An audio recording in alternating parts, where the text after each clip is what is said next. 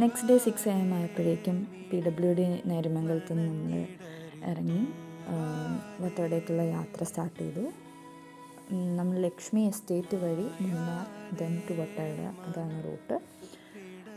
ഒരു മെയിൻ ജംഗ്ഷനിൽ നിന്ന് നമ്മൾ ലെഫ്റ്റ് എടുത്താണ് ലക്ഷ്മി എസ്റ്റേറ്റ് ആ റൂട്ട് കാണിച്ചത്. ഫുൾ ഒരു കോൺക്രീറ്റ് നാരോ റോഡായിരുന്നു. ഫുൾ അപ്പ് ഹില്ലായിരുന്നു. കയറി പോയി കഴിയുമ്പോഴാണ് ഫുൾ പ്ലാന്റേഷൻ്റെ ഈ നല്ല ഒരു റോഡായിരുന്നു പിന്നെ അങ്ങോട്ടുള്ള യാത്ര മൂന്നാർ വരെ.